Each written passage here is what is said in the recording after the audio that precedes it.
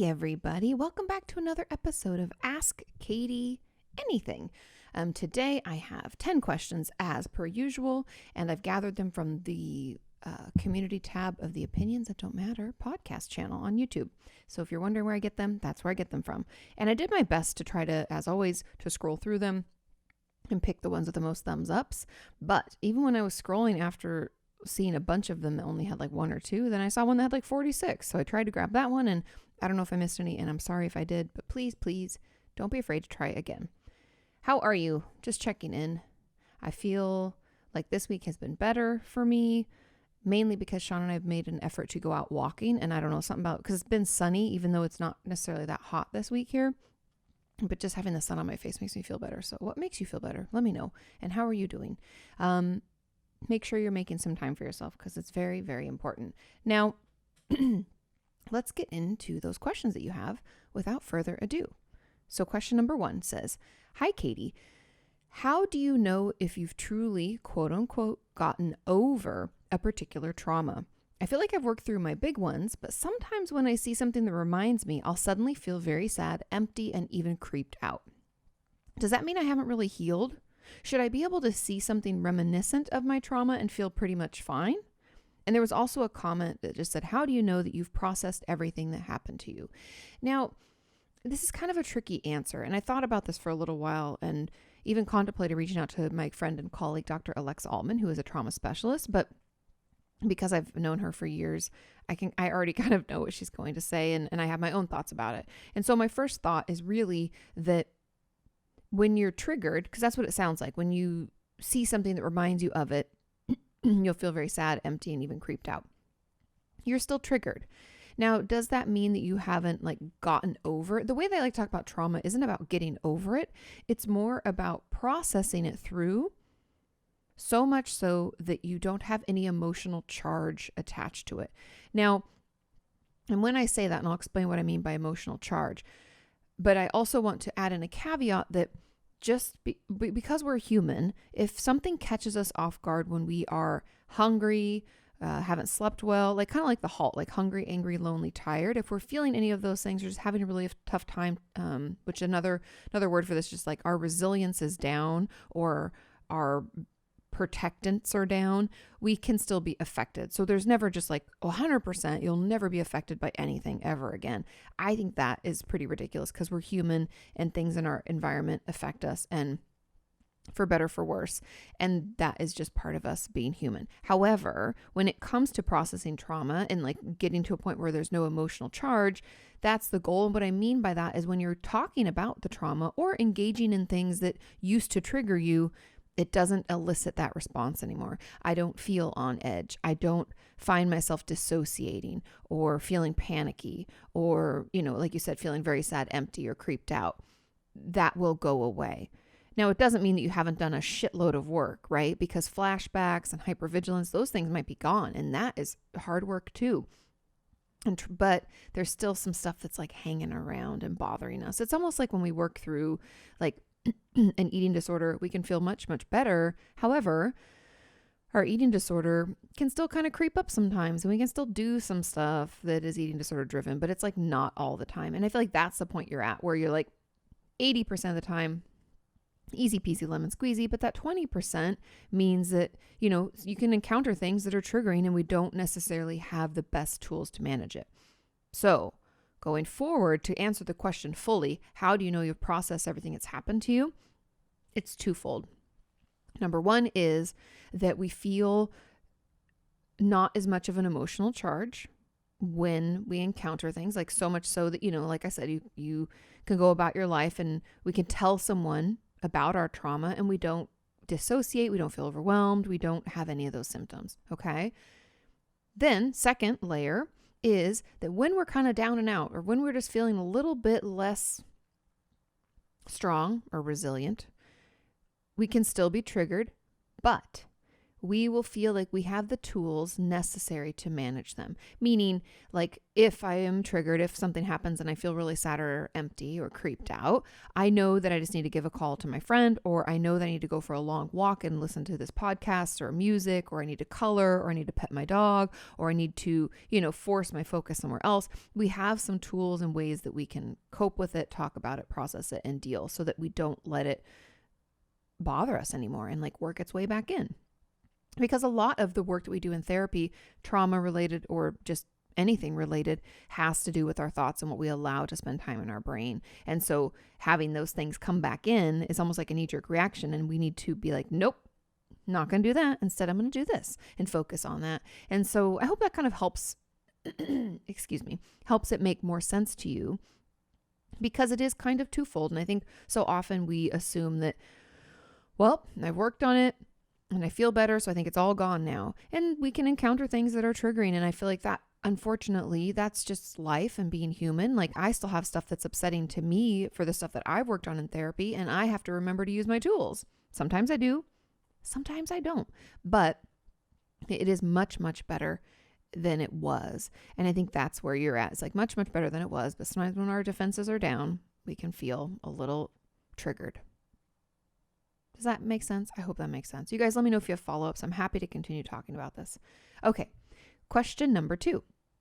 Any advice for someone who's having a hard time accepting themselves as a lesbian? I love this question. I was raised in church being taught that it is wrong. And so after a while, you start to feel wrong. I know I'm gay and I want to be able to live my life and not care what others think. More importantly, how I think of myself. Any tips on coming out when I have a family, but one that would not be accepting? Or a tip on my siblings, because they keep asking me if I have a girlfriend. I keep saying, no, I'm not gay. It makes me so uncomfortable when they ask. I want to come out. It's just really weird for me. I know you've said that you don't ever have to come out if you don't want to. Very true. But I want to. And I'm in a physically safe place to come out. Oh, it actually says when you have a family that would be accepting. So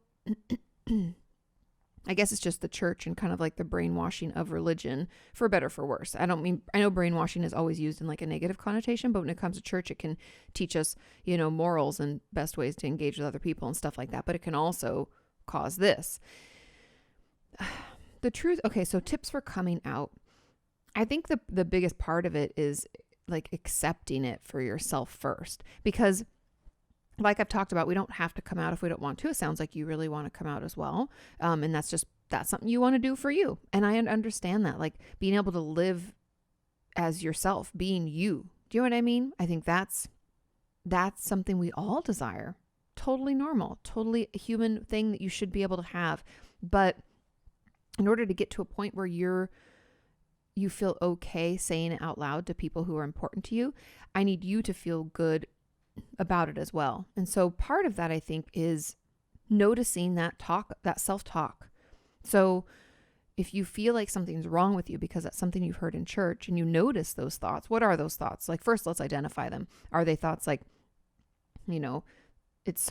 I'm such a bad person, or something must be wrong with me, or maybe I just need to pray it away, or whatever church has told you, I don't know. But I want you to identify those thoughts and those beliefs that you have. I want you to write them down. And then let's start like kind of checking the facts. So do we have anything to support the fact that we're quote unquote broken, or something's wrong with us, or any of the shame feelings that are coming up, or maybe a guilt, like, I don't know why I'm doing this. I feel so bad about it, or whatever. Let's check our facts to see if we have anything to support these feelings other than, the church stuff is one. Okay. So we've heard it from those people that yes, it's bad, but what are your other facts to support another way of thinking? And then let's dive into that and move those thoughts into a more balanced place where, like, it's possible that being gay is okay. I feel okay about it. I have lots of other people I know of in the world who are living happily and healthfully as part of the LGBTQ plus community. Okay. Maybe we can kind of move our thoughts and our beliefs about this into a more neutral or balanced space. And then just keep moving it into more positive thoughts. Like, I know right now you probably can't entertain this, but my goal for you would to be able to have the thought, I have a crush on this girl, right? Or something like that. Like, just like anybody would. Oh, I think they're so cute and so funny and so smart. Oh, and to have that be it. And to think, this is so wonderful to have a crush, to get excited, to be in love, to be gay, to be a person, to have relationships, right? To be able to have those thoughts and not have them be completely thrown out with the negativity that kind of swirls from how we were raised. So that's the work that I would like you to do on your own, is just notice the thoughts and beliefs you have about being gay in relation to church and the way you grew up, and challenge them. Challenge them with other healthy, happy individuals. Like my friends, Caleb and Cameron, for instance, if you don't know their channel, they have a channel called The Fitness Marshal that they work on together. And they're a happy gay couple, and they also go to church in Los Angeles. And yes, I know I live in LA, and we are very free to be you and me, baby. You do whatever you want, and everybody supports it. I feel very fortunate to live in a city like that. But you can have both church and be gay. And I just kind of want to throw that out there, because I think too often we think it's one or the other. And I'm in a city and in a situation where I can tell you that that's not true. And especially now, because everything's online, I would encourage you to maybe find a church, if you still want church to be part of your life, to find a church that is like what I would call sex positive, or LGBT, like a partner for you, in that community, whatever, whatever works for you. But just throwing that out there too. And I think then when it comes to actually telling them, so we've done all this work on ourselves and we're starting to feel a little bit better, and we can start to put language to what we want them to know. Start writing out how you would say it. What are you going to say? How would you want to say it? What kind of language do you want to use? Do you want them to know? Do you want to use the word lesbian? Would you prefer that you use the word gay? Do you want them to be able to tell other people? Do you not want them to tell other people? Why? A lot of times I find when we tell friends and family, first of all, they say, oh, I know. That happens so often. Yeah, I've known for a long time, The other times they might need some time to digest it. So we have to be able to give them that time after we told them. But the third is, a lot of them just want to know, and this is the most common, is we just want to know what to do, or how can we support, or, they want to be supportive and they might not know what to say. And so part of me wants you to make sure you set that up for them, where it's like, hey, I wanted to talk to you about something. It's been on my mind for many years. And I just wanted to tell you, because I want to be able to be my most authentic self around you guys. And that authentic self is someone who's gay. And I know that it might take you some time to understand what I'm saying and digest it. But really all I'm looking for is just some acceptance and seeking to understand how I'm feeling and what's happening. Something like that. Keep it very simple. And then, even if they don't respond well, it sounds like you think they will, but even for those of you out there who are worried they won't respond well, make sure you're okay giving them time. That's why I threw in that part of like, I know it might take you some time to figure out how you feel about this. Unfortunately, not everybody responds with, I know, or I love you anyways, or I love you because of it, or you know what I mean? Some people just don't know how to respond to that in a way that feels good. Unfortunately, parents and other people can have their own judgments or be shocked and not react well.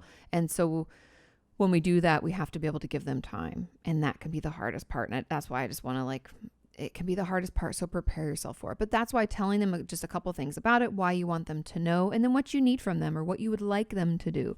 A lot of it's just support me, seek to understand, or I just wanted to tell you because now I feel like I can be honest with you and myself at the same time, and that feels good. I don't want to keep lying to you. That could be another reason.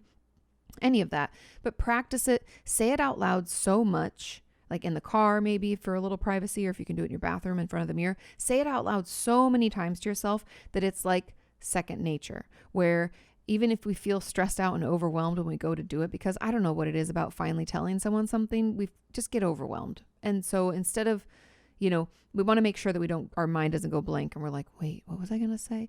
I want you to spend time saying it so much so that when you go into that situation, you can just say it without even honestly having to think about it. And then, again, be open to conversation. You could even consider before you talk to them, like, what do you think they're going to ask? What kind of questions do you think they'll have? And, can I give them the time to digest this? A lot of times our parents just need a couple of days to come back around and tell us what's going on and how they feel about it. Sometimes in the moment they react negatively. And if we can allow for that to happen, which I know is hard, and I wish this didn't happen ever. I wish a parent was like, I know, and I love you, so accepting. But sometimes it's like, oh, well, I mean, you're still my child, but I don't agree. Or they could say all sorts of shit, you guys. But we have to be able to just let it sit and say, I'll give you time to think about it, but I'm here if you want to talk. So you're just letting it be. And same goes for siblings. I think it's just like preparing what you want to say and then saying it. And I truly think that because of the way this question's worded, and I could be wrong, but it sounds like once you do this, you actually feel so much more free. Because it sounds like your siblings already are asking you and like assume. So they're going to be the ones that are like, we already knew and we love you, Parents probably be accepting. It's your internal acceptance. That's why we got to work on that self-talk. And there was a comment at the end of this question where they said, hey, Kati, I was wondering if you could give some advice on how to tell your parents about your sexual orientation without feeling like they won't accept you or fearing your parents' reaction. And again, I just wanted to read that out because I wanted you to know I saw it. And hopefully throughout the answer, you've kind of seen that it comes from our own acceptance of our sexuality, our own acceptance of who we are.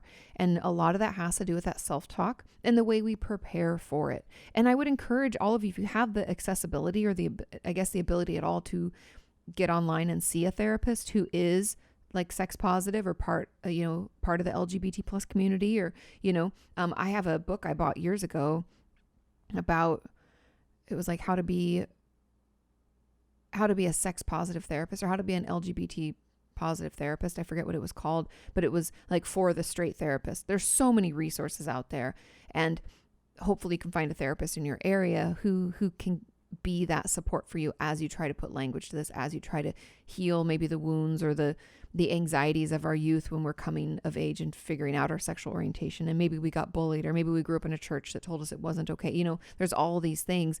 We have to kind of process that through. In some ways, it can feel like a trauma to us. It can feel very overwhelming and lead to a lot of shame and embarrassment and guilt. And so we have to process that through and learn to slowly accept who we are, change the conversation we have with ourselves. And then, and only then, will we be able to come out to our parents without fearing their reaction or worrying they won't accept you. Because then it comes from a place of, I know who I am and I am in love with who I am, and I want you to be too. Instead of I'm telling you and hoping that you accept me. You know what I mean? I know that sounds weird or maybe doesn't make any sense, but that's when we're looking for acceptance outside of ourselves, and that acceptance has so much value that it can erode and change how we feel or who we feel we are. It's not safe. We need to have complete acceptance as much as possible, because it's never like 100%, right? We're always like trying to be better, and there's certain things we maybe don't like about ourselves, but accepting our sexuality 100%, and then going to our parent and being open to the fact that maybe they won't, but we know we'll still be okay. And again, like giving them that time to digest. And I wish I had a better answer, you guys. I wish I was like, this is the magic way to say it, and parents won't be dickwads and won't say things that are hurtful. But sometimes people just don't react well or have their own set of judgments or issues. And, we can't control other people, but we can control ourselves, and we can make sure the conversation we have with ourselves about our sexuality and our relationship with others, we can make it a better one, a healthier, happier, more balanced one. And then we can allow people into our world in a real way so they can see the real us, and we can feel free to be the real us. And I'd also just encourage you to, if you need extra support, there's a group for everything on Facebook. Also, there are a ton of like Reddits that I follow that are like LGBT plus, just sharing like things that they can't share with other people. I'd encourage you to connect with those communities. The Trevor Project, if you're out there and you're having a really tough time and maybe struggling with depression, anxiety, suicidal thoughts, the Trevor Project is there for you 24/7. They're a wonderful organization. I've given money to them over the years. I support what they do wholeheartedly.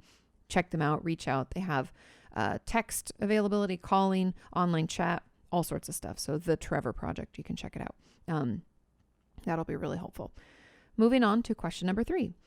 Says, I get distracted super easily working from home, which means completing a task takes longer than it should, which sometimes means working later into the evening. My productivity has dipped significantly, and sometimes I feel bogged down because simple tasks take forever to complete. It's almost a tongue twister. Could you suggest tips for sharpening my focus? I think we get distracted super easily when things are really fucking boring. Can I get an amen? I think that's just true.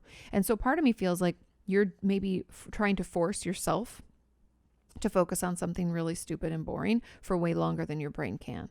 And so something that I do, and somebody actually left a comment below this. So if you want to look in the community tab, you'll see this person's comment. They did a great job breaking down how they've managed this and things that they can do. But something that I find works for a lot of my patients who, and I'm not saying this person has ADHD because I don't necessarily think that's the case, but for my patients who have had ADHD and I've worked with them through this, having lists and breaking things down into chunks of time is really, really helpful. And the lists are like, in the morning, I'd like to accomplish these 2 things. In the afternoon, I'd like to accomplish these 2 things. And then, after in the evening, I want to accomplish these 2 things. So you can kind of break that down. And then I want you to, because that's why you'll have a couple of items in the morning. You can put them all in a list. It doesn't really matter. I'm just giving you one option.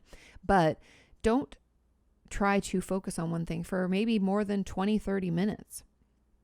I know you're thinking, well, I just want to finish this already. Your brain can't keep focused that long. And actually, just FYI, the average brain can only focus for 30 to 45 minutes at a time without needing a break. And they say we need like 10 to 15 minute breaks. So every hour you should be taking a little bit of a brain break. And no, I don't mean brain break, I'm going to go on my phone and zone out for a while. No, I mean brain break, like I'm going to stretch, I'm going to move my body. Sure, I can check my email and check my phone and do some other things too. But I want you to stand up. I want you to stretch. I want you to have a drink of water. I want you to give your brain a little bit of a break from focus. Let it wander off into, I wonder what so-and-so's doing. Let it do that. Then we bring it back and we start again. And you can start again with the same thing, or you can go on to something else because maybe that one thing you're working on, it's too boring already. And we need just to do something else for a while. And that's why we need to have those lists of things so we can pop between them. And it sounds silly and you're like, but I'm losing time. Nope. You're losing time because you're forcing it.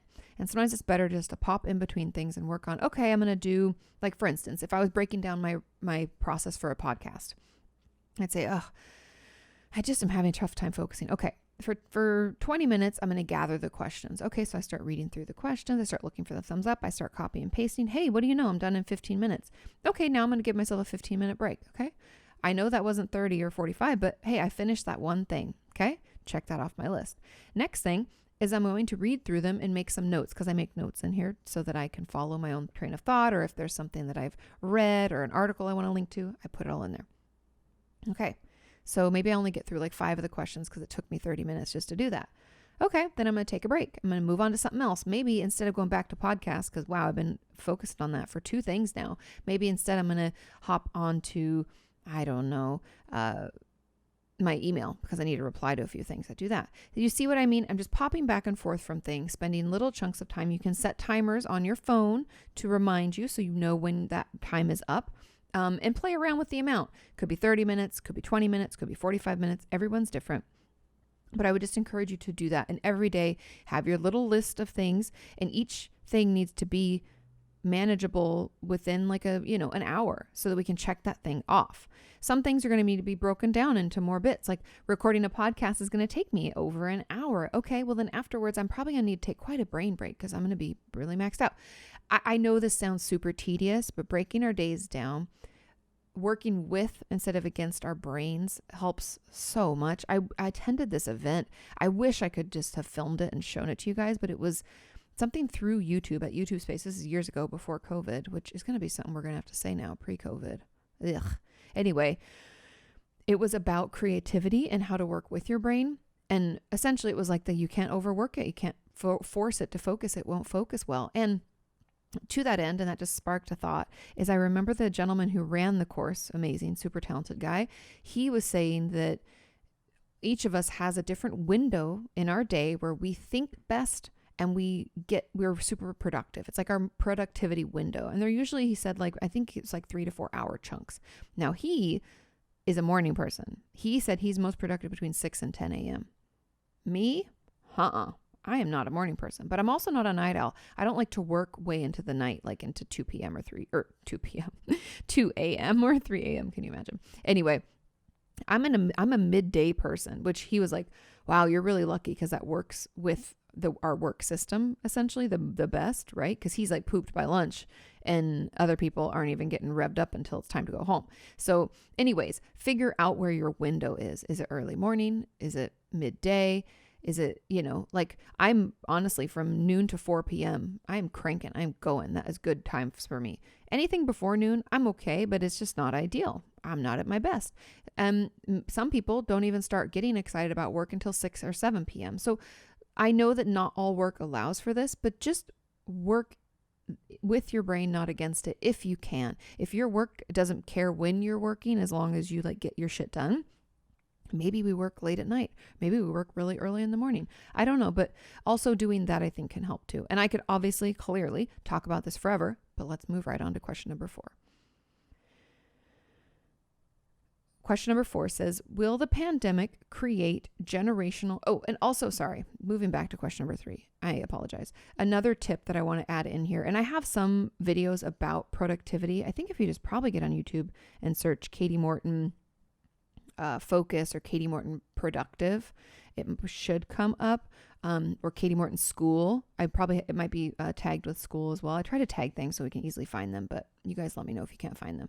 But another thing to help sharpen our focus is to not mix areas. And I've talked about this because psychologically, for some reason, it's adaptive, but our brain gets used to focusing in certain areas of our home. Like right now, I'm sitting at my dining room table. I do not do any work in my bedroom at all. Period. I don't work from bed. The most work I do in bed is actually I read a chapter of a book, not workbook, fun book, chapter of a book before I go to bed. And then in the morning, after I've been up for a while, like waking up, I might check my email, but that's all. And the reason is because I don't want my brain to associate my bed with work, because then when I want to sleep, guess what? My brain is humming along with to-do lists. And so create a space, even if it's just a small nook, where you can sit down and you can focus and you can work. And don't do anything else. Make sure your work area is your work area and don't mess up your bed area. Okay. Just throwing that out there, because mixing of our areas makes it hard for our brain and body to know what to do in that space. And it can take us longer time to get adjusted and to focus. Okay. Now moving on to question number 4. This is a great question because I've been wondering this and reading about it. And frankly, there's not enough research, but I can definitely make some, I don't know, not necessarily just assumptions, but based on past situations, I can draw some correlations and some conclusions. Now, the question is, will the pandemic create generational trauma over time? If so, how can we be aware of that toward the future? Now, there was a comment on this as well that said, oh my God, yes. I think about my grandma who lived through and raised a child in the Great Depression and her response to food and hunger throughout her life. Yeah, my great grandma was that same way. It says dementia patients in general struggle with appetite loss and remembering to eat. But when her Alzheimer's got bad, she started to enter stage 3. She would say, I'm hungry, but I don't remember if I already ate today, so I should just wait until tomorrow. Since in her mind, eating again would be stealing from someone who hadn't. Even now, in the midst of it, sometimes I have a visceral reaction to faces. When I watch a new YouTube video, I see someone, even if they're alone, if they don't have a mask on, I flinch and get anxious or angry. I have to remind myself that they are alone, they aren't here with me, etc. Are we raising children who will constantly be washing and sanitizing their hands? What effects will this have on our society in the long run? I worry about this daily, you guys, and I don't like to be a Debbie Downer or bearer of bad news, but I do worry about children most. Now, for adults, so just to give you an idea, and I will do more research and I probably will come out with a video about this, but I really want to do a deep dive before I, create a video saying something like making a statement. But I do believe that, first of all, this is a trauma response that we're in, right? We're in a sustained stress response for going on now almost, it's like 10 months. And it'll soon be a year, and there's no end in sight for us. In California, we're still in lockdown for at least like this hardcore lockdown, you guys. It's like fucking crazy for at least another 2.5 weeks. And then we'll see where we're at. But I'd assume they might have already extended it. I don't know. I can't even keep up with it, right? But I definitely think that we will feel this trauma. And I think this trauma could be passed down, especially with the hand washing and the sanitizing and the face mask wearing and all of that. However, there is hope, okay? And I'll get back into it a little bit more, but I want to offer a little ray of hope because I get bummed out myself talking about this, but I think the way that we can heal when we have a shared trauma or a shared devastation is we can share it with each other by talking about it, sharing in stories, and sharing in the pain together. Because I talked about that, I don't know if I mentioned on the podcast, but I know I've mentioned other things where it's like that old adage that when you get married, they say it about marriage, but I've always thought it relates to all relationships in life, is that, you know, when you have a true connection with someone, every happiness is doubled and every pain is halved. And just think about that. You know, every happiness is doubled and every pain is halved. I love that. And I really want to lean into that during this time because we know that true connection with people who understand us does stop, if not at least lessen, our stress response. You can look it up. Dr. Stephen Porges did a bunch of, it's called the polyvagal theory, did a bunch of research on it. It's your vagus nerve and this third response that they weren't aware of until, it's been a while now, but recently, let's say, they found that connection actually really helps soothe our system. And I think we'd all agree, yeah, making eye contact with someone we love or having a hug hugs, man, God, I miss hugs, right? Like those things are important and we need that to help us calm down. And so I think that that's how we ensure that we like heal from this so that we don't continue to pass the trauma on. And just, letting our children talk about it, letting them process it. I was on my friend Christina P's podcast a while back and I was sharing that we need to like be open with children, let them talk about what they're worried about and that maybe they miss school and explaining to them what this means. And I think the more we talk about it, the more we process it together, the better we all will feel. But unfortunately, as we all know, not everyone is comfortable talking about how they feel. Not everyone shares what's going on. But we can do that for our children. We can do it for ourselves. And I think that will make us all better. But I do believe, and this is just my final thought about it, I do believe that this pandemic is we already know depression, anxiety, suicide, addiction, overdoses, all of those things are up. And the percentages are varied, but they're all up by at least, I want to say it's like 22%, 25%, 36%, I think, was suicide. It's just crazy. And I'm don't trust my statistics because I'm pulling it from like a memory, like an article I read like a month ago, but they were all up in double-digit numbers. And so I just want you all to be aware. And I believe that ripple effect will take some time to heal. But just like anything, I believe that with conversation, with sharing in it, and like I'm working on a project behind the scenes that you guys will hear about soon about just like honestly spreading more good, spreading more positivity, because we need it now more than ever. And people are feeling angry, and that's what we're seeing more of, is like more drama, more gossip, more shit talking, more trolls, more just anger. And I think if we can all do our part and be kinder to one another, I think we'll all feel better and we'll all heal more quickly. Because just like we were talking about at the very beginning, the first question was about overcoming trauma and healing from it. And we can do that. We just need the right support. We need to talk about what's happened so that it doesn't have an emotional charge for us anymore. And frankly, we can do things to help ourselves feel better now, but the healing actually can't begin until we're out of this threat zone. It's like trying to overcome an abusive upbringing while still living in it, right? You're still being abused. It's like trying to be another good example would be like, it's trying to overcome an illness when you keep getting infected, right? We can't. So we have to wait until we're out of this like pandemic situation, at least somewhat. It's not like back to normal, but once we feel safer and we feel better and things return to some semblance of normal, then we can really get into the healing. But right now we need to share with one another about how we're doing, how we're feeling. It's okay to cry. It's okay to grieve. It's okay to be angry, but just talk about it. Don't damage other people with your feelings. Okay. And it's hard. I understand. I honestly have been wanting to cry a lot lately again. I'm going through wave number 7. So know that it's okay. I'm in it with you. If I talk about it too much, I'm going to get teary here. So let's move on to question number 5. It says, "Hi, Katie. I hope you're taking care." I am. "Are gaps in childhood memories always related to trauma and abuse? I'm always in awe when people tell me elaborate, detailed stories from their childhood, but for me, I don't remember much of it at all. In fact, I didn't develop a strong narrative like or strong narrative like memory for my life or a strong sense of self until after the age 14. I do believe I was very stressed and depressed as a child, but could these factors cause me to not remember segments of my childhood entirely? Thank you for all you do. And there's a comment on this about the opposite, like the reverse. So we'll get into that afterward. But let me get a drink of water. Because I thought this was a great question, and we always think it's related to trauma, and the truth is it's not. And that's my bad. Like, I think that I've probably caused you to think that, and I just want you to know that I was incorrect, and I shouldn't have caused you to think that. I should have been more clear. So in children, also, okay, there's a lot.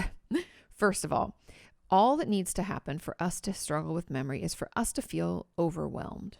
I know that seems like not much. And the thing that I want you to remember is, as children, things that are scary to us or traumatizing. Remember, traumas occur when we feel like a threat of our own life or the life of someone else, and we are so overwhelmed we have no way else to cope, and we can dissociate in our brains like, oh, and that's a trauma. It can be so scary. We feel helpless or hopeless, right? We can go fight, flight, freeze. So it pushes into our stress response. And usually the freeze, when we can't, and children often can't fight back, right? We're too small, we're too weak, can't fight back, and we can't always get away. And so we go into freeze, and freeze is really where we believe you can read like somatic experiencing, and Dr. Peter Levine talks a lot about it, but he believes that freeze is where trauma comes from. And I agree with that feeling or that statement. And so when it comes to that, it doesn't necessarily have to be abuse and trauma. We just have to go into freeze. And if anybody has ever been scared, you know, you can go into freeze like so easily, so quickly. That was a horrible snap. I'm sorry if you guys are listening. You're like, what was that noise? That was me trying to snap, but my fingers are dry. So going into freeze or feeling overwhelmed, because you said you were very stressed and depressed as a child. Well, there you have it. I know that sounds so simple to be like, well, that's what happened and that's what caused it. But that is what caused it, and that's what happened. And that's why it took you until the age of 14 to have like full narrative memory and to feel good about yourself. A lot of people struggle with that. One of my close friends remembers being anxious and holding on to the carpet as a little kid, like a year and a half, 2 years old, like, cause not really walking, you know, just gripping to the carpet and feeling like he was having his first panic attack. So of course, like, maybe there's chunks of his early life he doesn't have any memory of. Not to mention, just FYI, most of us, it's very normal to not have much, if any, memory before the age of 5. It's just developmentally. Everybody's a little different. Some people be like, well, I remember something when I was like 4. And you're like, well, maybe your brain was just developing a little more quickly than others. But it's around the age of 5 that we're able to form long-term memory. Therefore, you know, things might be lost in translation. Like, it never made it because we were too little. So that's okay too. Don't think that something's wrong with you because of that. But I just want you to know that being very stressed and depressed as a child is enough for us to struggle to form memories. Because again, the stress response, fight, flight, freeze, if we're pushed into freeze because we're too overwhelmed, there you have it. And now someone asked a question on this that said, I'm also curious about the opposite. I had a very strong sense of self and developed a deep narrative memory starting around when I was sexually abused at the age of 5. What is considered normal childhood memory? Traumas, this is the interesting thing about trauma. When I read about it for my book that's coming out this September, everybody's different. And I hate that answer, but it's so true. Some people repress because it's adaptive and it's the way that they cope. Other people have like hard and fast, crazy good memories of those times because they were so shocking and so overwhelming. I know you're like, how can both things happen? How can we have some people do this and some people do that way? People are different. We respond differently to stress. Also, note that some people have different levels of resilience and different ways to cope. I've had patients who talk about, you know, being sexually abused as a kid and telling someone like right away. And so the sexual abuse only lasted for like a couple of months or something. And they felt nothing about it. It was like, well, whatever. And they have detailed memory of that experience. And then I have other people who have no memory before the age of 10 and, you know, still feel hypervigilant after years of therapy. I know it sucks to be on, you know, the side where we're having a really tough time and memories are hard to recall and all of that, but it doesn't make the trauma any better or worse. It's just our own experience of it. It's how our brain has decided to process it based on the tools and the resources that we have. Now, I know that's a sucky answer, but that's just the truth. Trauma memories can be stored in a lot of different areas of our brain. We don't fully understand it, but we just know that different brains do different things. And for whatever reason, like a good example of this, and I talk about this in the book, and that's why I was reading research about this, is that the natural built-in resilience and ability to cope, like being able to talk to people about what happened from a young age, or reaching out for support, or getting into a sport and having those people, or getting really involved in band or some kind of art. Some of us are very resourceful from a young age, leaning into school, staying over at friends' houses so we aren't put in that situation. Like, some of us are super fucking resourceful. Others are not. And that's why we have siblings that will grow up in the exact same abusive situation. One struggles to get their life together and remember anything, maybe has flashbacks constantly, has horrible symptoms of complex PTSD. And the other one, had a little depression and here and there, got into therapy, has been okay, and is successful and, out in the world. They can both exist because people are so different. Again, I know that's a sucky response, but that's what we know. Okay. Let's move on to question number 6. It says, "Hi, Katie. When does someone need a safety plan? And do you legally have to make one if you need it?" Now, for those of you who are wondering what a safety plan is, a safety plan is something that we create when someone is a danger to themselves or others possibly. But I've actually never, knock on wood, never had a patient that was a danger to someone else. But we put safety plans in place. I do for my patients who have suicidal thoughts or my patients who self-injure, and even my eating disorder patients too sometimes, just depending on what's happening. And a safety plan is something that would have some coping skills like impulse logs, resources, people to reach out to, crisis text line, maybe suicide hotline, maybe my number or email because they should call or reach out to me, of course, because it's an emergency. They have to wait 30 minutes, all these things that we're supposed to do, and then call, whatever. So we need a safety plan. Honestly, for me, I put a safety plan in place as soon as I know that they've had the thoughts. Now, it's not because I think it's a high risk, right? Like, sometimes we just have these suicidal thoughts that just float on by, or thoughts of self-injury, but we don't have to engage with it, but they're there, right? That is not to say like, oh, that's normal. Everybody has it. Not everybody has it, but it's a very common thing. And I don't really stress about it as a therapist. I don't worry about it if my patient's not worried about it. You know what I mean? I'm going to talk to them about it. I'm going to check in on them, and I'm going to put a safety plan together then, because what's that old, I think it's like Roosevelt said, the time to patch the roof is when the sun is shining. We need to create a safety plan when you're not in crisis. So as soon as I know suicidal thoughts are part of what you're struggling with, I'm going to work with you to create a safety plan. I'm going to do that pretty quickly because you're okay, but we're still aware of them. Maybe you already have some information around when they happen or what they're around, and we can build that into the safety plan, making sure people are available at that time, or we have some resources for when you're doing certain things that are triggering or whatever. And yeah, so we'll do it when you're not in crisis, but when I know you have the suicidal thoughts. And legally, you don't really have to make it. You don't have to have one. It's more of an ethical thing. But you do have to, as a therapist, do some kind of documentation and checking in about suicidal thoughts and whether the threat is like imminent, if it's going to happen soon, if they have the means to do it, if they have a plan, like all of this stuff. You do have to document, meaning I have to talk to you about that and gain that information. And then I have to write it down in the notes and let people know that I did actually ask and we did talk about it. But it legally, I always do them, like 100% of the time I've done them, but I don't think legally it's something that we're required to do. We just have to be checking in on you and have some ways for, you have to have access to like the hospital or whatever you were going to do to take care of yourself. Does that make sense? I hope so. But if you have follow-ups, let me know. Okay, question number 7 says, "Hey, Katie, I've recently started going to therapy and was given homework, which kind of sucks. I always give homework, so I'm glad they did that. Anyways, I was asked to write a letter or at least think of what to say to my inner child." I like this. I know you hate it, but I really like this. "I was told I have social anxiety and that I should think of things that I could say to my inner child that would have helped me when I was younger." Yeah, you're parenting your child now because you're the adult, which I know sounds really woo-woo and weird, but it really works. Okay. But I can't think of anything. So they were supposed to think of some things they could say that would have helped her when she was younger, but I can't think of anything. I don't see any complaints or complaint-like things working, as these types of things just make me feel uncomfortable, bad, or annoyed, because it is either just weird or I think they don't mean it, and other things along those lines.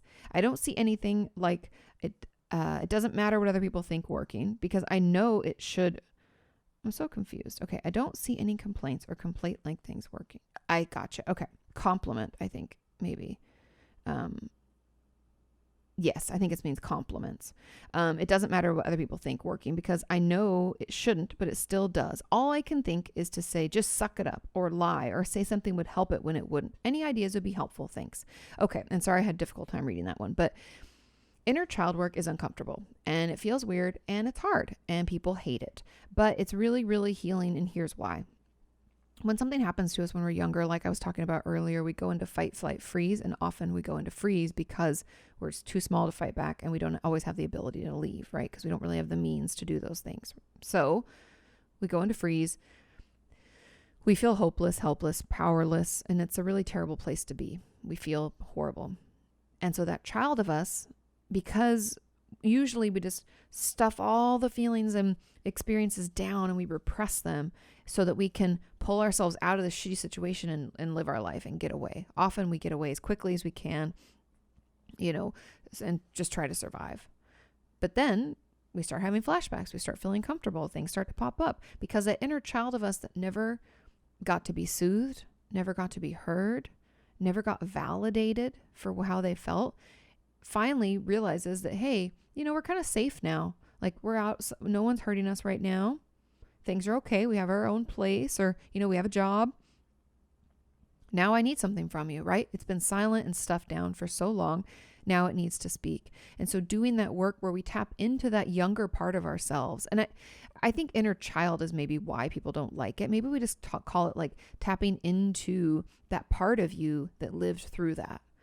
Maybe that helps a little bit, because if we can write a letter, because you said you're supposed to write a letter to your inner child. So if you could write a letter to that you that went through that, like you know that you, because it's still you. So how did you feel during that? Maybe first it's easier to write a letter from that child of you to you now.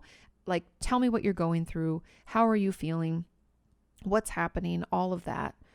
Write that out. Then write back to that as if that is your own child. I find that helps a lot of people. If you imagine that that's like your own child that you gave birth to or adopted, it's your own baby.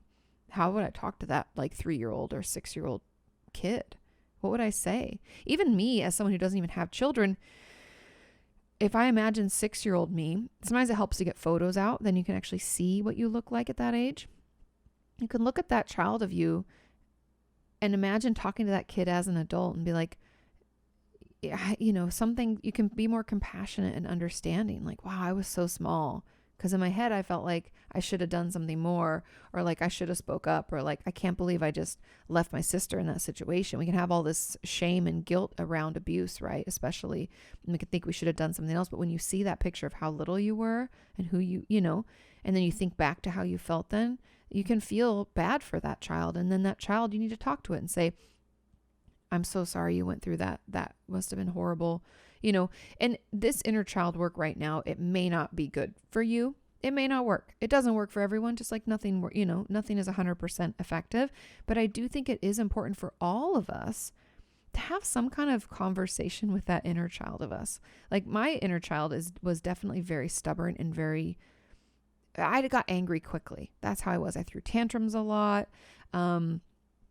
I actually love to be alone. Hello, introvert. But I love to be alone. So my mom putting me in timeout just like didn't do anything for me, because I was like, yes, I can just hang out here. I remember that. And I remember like hoping to get put in timeout. Sometimes I'd do stuff just so I wouldn't have to engage with my brother and other kids. It's just weird stuff, right? And so you think about that child of you and how you were and how you interacted with the world. And times I was scared, because every child gets scared, I remember I had this creepy teacher in 2nd grade, and I didn't like him, and I don't know why. I don't recall him ever doing anything to anybody, but he had slugs as pets we usually had hamsters. He had slugs. It grossed me out, and I told my mom he creeped me out. I didn't like him. And I remember that vividly, right? I remember this whole situation. So child of me, I need to say to her, I understand he's creepy. Slugs are creepy, but is he a good teacher? Is he okay? Is he friendly to you? I need to hear her out. I need to validate how she's feeling. I need to ask questions. I need to seek to understand, just like a parent would. So in a way, how would you as a parent, what would you say to that child of you that had been through that? I know it's uncomfortable. I know that you hate it, but maybe that will help spark something. And I know a lot of people had questions about inner child stuff because what does it mean? And that's really what it is just, it's part of that healing. We talked about at the beginning, processing through that trauma. Some of that is healing that child of us that went through it. She hasn't been listened to ever, or he hasn't been listened to forever. So listen to that child, of us, see what they have to say and validate it and kind of do the thing that you had wished someone had done for you back then. Okay. Question number 8. Hi, Katie. In my last therapy session, I was very down, and I asked my therapist, what if working through my trauma won't help? Ugh, feels like that sometimes, doesn't it? What if I'll resolve my trauma but keep being depressed? She replied that she thinks I asked that because I'm still minimizing my trauma. So my question is, why is it so normal to minimize your trauma, and how can you stop doing it? I thought I'd stop doing it, but if I haven't, how can you know you've worked through your trauma if you're just minimizing it again? This is a great question. And the reason that it's so normal to minimize our trauma is because acknowledging it for what it was at the time was too overwhelming. Hence repressed memories. Hence having to do that inner child work and that inner child not being listened to. We minimize our trauma as a way to cope and as a way to move past it and to try to just stuff it down and shove it under the rug and move on. It's almost like, if our trauma, the best example is obviously the elephant in the room. People talk about that a lot. It came in as a baby and it keeps growing and you're walking around it pretending what elephant? What do you mean? Trying to make your life happen while you have this huge elephant in your home. But I think when it comes to this, it's you're trying to shove that elephant into this little box. Because you're well, if I can just fit it in this box is the right box. This is the box that will fit in. But put it in this box, and then I'm going to put it on this shelf, and then I'm going to forget about it. I'll process it later. No, I won't. But the elephant won't fit, and it keeps breaking out of that box. And your therapist is calling you out on it while you're sitting there with a huge elephant trying to shove it in this box. And let's imagine a stuffed elephant, because nobody wants to hurt elephants. But, it's it just won't fit. Things just don't fit. And you're doing your best, it's like trying to close a suitcase when it has too many clothes in it. It's just not going to work. So, and you're sitting on it, trying to shove stuff in. And your therapist is hey, you're doing that thing again. And you're what do you mean? It should fit here. What do you mean? I'm not doing that thing. And she's yeah, you are. So it's very normal because of that, because it helps for us to shove things away, helps us to minimize them and put them in a box and stuff them so that we don't have to deal with them. And noticing when you're doing it is key. And the fact that your therapist is able to see you doing it and call it out is really helpful. And as uncomfortable as it is, I would encourage you to try to tell your therapist, hey, thank you. Please keep telling me when I do this because I don't know I'm doing it. And that will be really helpful. That's part of what being that's what I go to my therapist for, to be honest, is to have her be hey, you're doing that thing again. I'm oh, shit, I am, right? Because I won't notice. I'm so used to doing it. I'll just do it, right? But she'll call me out. And so it's okay to not know, but have your therapist call you out and then, be curious and not judgmental. Okay. Curious, not judgmental about it.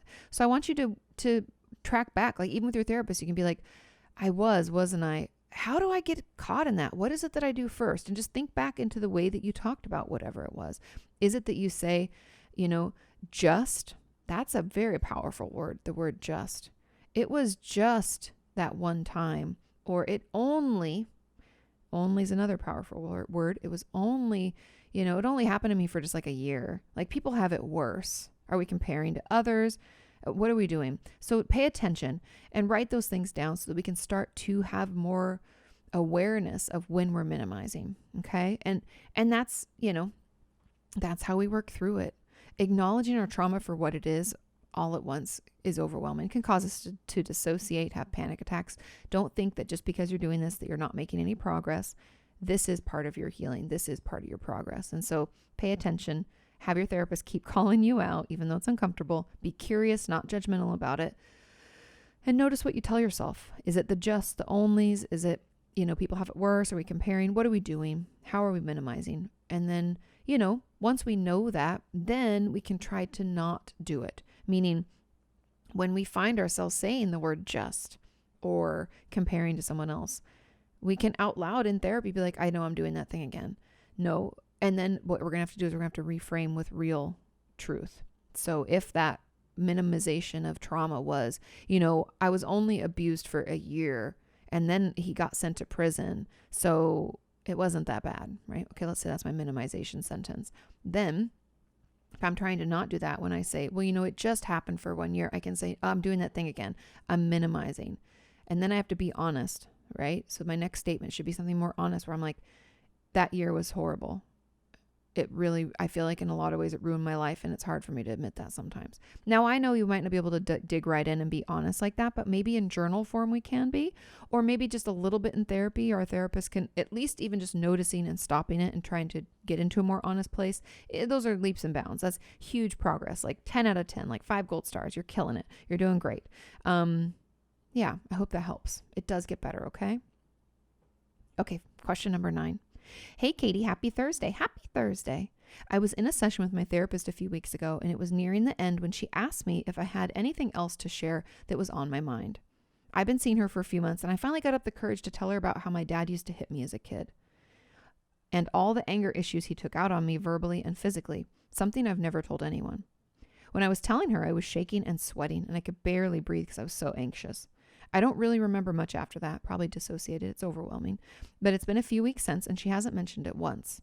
I feel like by her not talking about it, it makes me feel like it wasn't as important as I originally thought. Do you have any reasons as to why she's waiting to bring it up? Also, do you have any tips for when she does bring it up again? Thank you for everything and lots of love from Canada. Oh, my Canadian friends. Okay, there were a lot of comments on this that were right in line with what I'm going to say. So first of all, I'm so proud of you for saying that and for speaking it out, like saying it out loud, speaking up, telling her what happened. I know how hard that is, and that should not be diminished. That was huge. That was a huge success. Round of applause. Now, because you had such a difficult time telling her, like you don't remember anything, you were sweating and shaking. I almost said swaking. I guess that's like sweating and shaking smushed together. So you're sweating and shaking, had a really tough time. My guess, and this is what the comments were, and this is, I would probably verbalize it to you and then do this, but maybe she's just afraid to even bring it up. Is it you being dissociated or overwhelmed in a fashion, like that kind of fashion, isn't very therapeutic, and it can actually be kind of re-traumatizing, overwhelming, right? Can't even stay present, so therefore we can't actually process it through. So my guess is until she feels like you're ready, or until she's probably given it a few weeks to kind of like calm down and then maybe bring it up slowly with you again, she's just trying to minimize that, or not even minimize, I guess she's trying to prevent that from happening again, and maybe thinks that you're not quite ready to get into it. But trust me when I tell you, she has not forgotten, and it is not thinking that this is not important. It maybe is just not where we're at yet. Okay. However, I would encourage you, if you can, no pressure if you can't, to say this to her, to say, I brought up that horrible thing a few weeks ago. We don't even have to name it if you're not ready. I brought up that horrible thing a few weeks ago. I know I like dissociated or had a panic attack or something while telling you. I felt really overwhelmed, sweaty, and shaking. How come you haven't brought it up again? That's fair, because I'm being honest here. If you were my patient, when you came back the next week, what I would say is, and because I've done this with patients, we call kind of like what you did, like a doorknob confession, like right before the end of session, you dump something because we don't want to talk about it yet, but I need to get it out. And those are super common. And my policy on that is, obviously I take my notes on it. And at the very beginning of the next session, I say, I want to thank you for being so brave and sharing that with me. Something to this effect, it's not like verbatim or anything, but thank you for being so brave and sharing that with me. I want you to know we will circle back on that, but I want to build on some other things first. Is that okay? Because it's not my treatment, it's your treatment. And so I want to make sure that what I'm planning is okay with you, because I have had like 2 patients come to mind that were like, no, I want to talk about it now. Okay, that's fair. It's your time, it's your treatment. And if you want to do that now, I'm down. Let's do it. Okay. But sometimes, like I said, that's 2 patients. And by and large, most of my patients are like, okay, yeah. But some of them even will be like, can you give me a heads up like the week before? And I can do that too. So I think it's worth bringing up so that you can hopefully have that conversation and feel good about it. Like you're in charge of your own treatment and recovery. And then when she does bring it up again, I think the biggest thing for you, and it might be what she's working on, by the way, is building up your ability to soothe yourself, or your coping skills, or we call them resources a lot. And everybody kind of hates that word and has a tough time with them, but we need resources, right? We need ways to feel better. Maybe that's like you bring a blanket in, or she has a blanket in her office if you're able to go into office now. Maybe it's a breathing, like belly breathing. Maybe it's a change of subject or silly putty in your hand, or maybe it's some grounding techniques we need to learn. There can be tools and techniques that we can get comfortable using so that when we start to talk about that stuff, we're able to stay present. So we remember what's happening, right? Because it can't process if we're dissociated. And just help you soothe to get through it, really. So everybody's going to be different. These can be all sorts of different things. I had a patient that used to bring in this candle that we would light at the beginning of the session, and that smell would bring her back, or like a roller ball of essential oils. One member of our community told me that bergamot, the smell of bergamot, is really grounding. I've used peppermint over the years for many of my patients, and they found that to be helpful. Honestly, any smell, but bergamot, I guess, is supposed to trigger our senses. I just thought I'd throw that out there because if that works for you, that's really, really cool. And something you can easily make happen for yourself. You can buy essential oils online for not very much. And you can also buy roller balls. I saw one at Whole Foods, which is an expensive store. Like, this is before COVID, but like a year ago, for $2.99. Empty roller ball. You can pour your essential oils in it and use it to smell and help bring you back. So there's some things that we can learn so that we can manage and stay present while we keep working through it. Cool? It'll get better. I promise. I'm really proud of you. I'm really proud of you for bringing that up. I know how hard that is. So yay. Okay. Final question. Question number 10. Hi, Kati. As a therapist, how would you feel if a client you had been seeing for 4 months suddenly gave you a list of things that they've been struggling with but keeping from you? I binge eat, I pick my skin, and I have intense intrusive thoughts. I have never brought these up to my therapist, but they've all gotten really bad recently, and I am struggling a lot. I feel like I'm wasting time in my sessions at the minute because I feel like my therapist thinks I'm doing better than I am. Probably. I know I shouldn't think too much about my therapist's feelings, but I can't help but feel that she will be annoyed at me for keeping this from her for so long. It's like a vicious cycle. Has this ever happened to you? Oh, let me count the ways. So many times. Where a client has suddenly told you something that they've been struggling with and keeping from you. Hope this makes sense, and I hope you're well. Oh my God. If I got paid extra for every time this happened to you guys, I'd be a bajillionaire. This happens all the time. And I want you to know that it happens all the time. I'm not exaggerating. So you telling that to your therapist and giving her that, she's going to be like, thank you. Right? It's so helpful. The more information we have, the more we can help you. I mean, you can apologize about it. If you feel like, I had a patient one time apologize and then tell me, that she just never felt safe telling me about the sexual abuse she sustained as a child. Okay. And that, that was kind of, she was binge eating, and there was a bunch of stuff that came along with it. Kind of like what you're talking about. Like, I pick my skin, I binge eat, and I have these intrusive thoughts. She had all this stuff that was happening. I had no idea. I thought we were dealing with anxiety because she'd come in because she was struggling at school and test taking and stuff. I was super grateful because I felt like she wasn't making progress or didn't really need to be seen. And I wasn't really sure.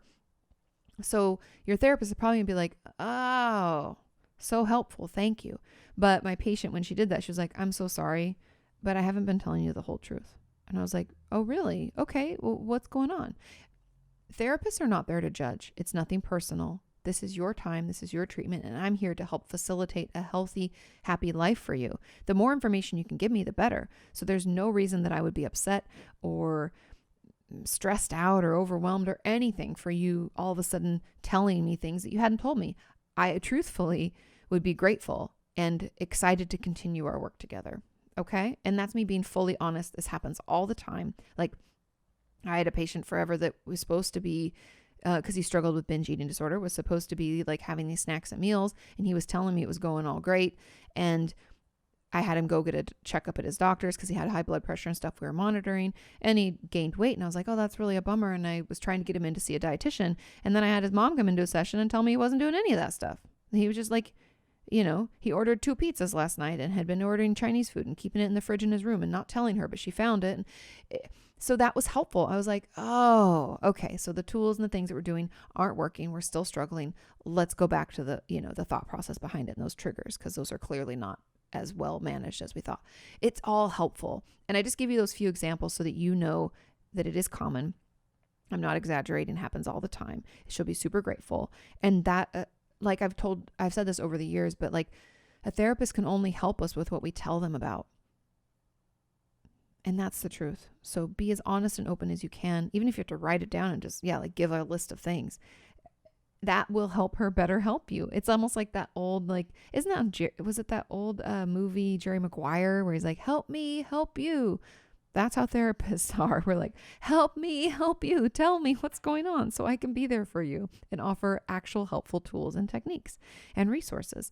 Don't worry. And I wouldn't be upset. So I'm pretty sure your therapist isn't going to be either. And that's it for today. Thank you guys so much for listening. I hope this was helpful. Your questions, as always, are wonderful and just so thoughtful and great. I hope some of this information helps you feel better or helps you support someone else that you love. Have a wonderful week, and I will see you next time. Bye. Or why you've hit a plateau. Inquire